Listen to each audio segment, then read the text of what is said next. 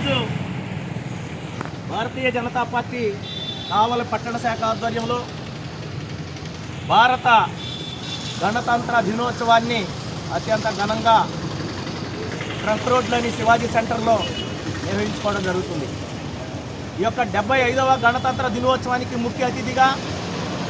అతిథులుగా భారతీయ జనతా పార్టీ రాష్ట్ర సహకోశాధికారి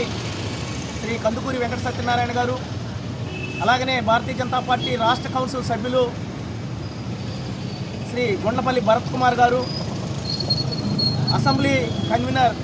శ్రీ సివిసి గారు, అలాగనే బీజేపీ సీనియర్ నాయకులు శ్రీ రంగారెడ్డి గారు, అలాగనే కావలి రూరల్ మండల అధ్యక్షులు శ్రీ మామిడి వెంకటేశ్వర్లు గారు, ఎస్సీ మోర్చా రాష్ట్ర ఉపాధ్యక్షులు శ్రీ పరుసు వెంకటేశ్వర్లు గారు, అలాగనే భారతీయ జనతా పార్టీ మైనార్టీ మోర్చా కావలి పట్టణ అధ్యక్షుడు శ్రీ ఎస్కే మస్తాన్ గారు, అలాగనే పట్టణ ప్రధాన కార్యదర్శులు మందా కిరణ్ కుమార్ గారు, సవీంద్ర గారు, కిసాన్ మోర్చా యువమోర్చా నేత పట్టణ అధ్యక్షురాలు కామినేని ఉదయలక్ష్మి గారు, పట్టణ కార్యదర్శి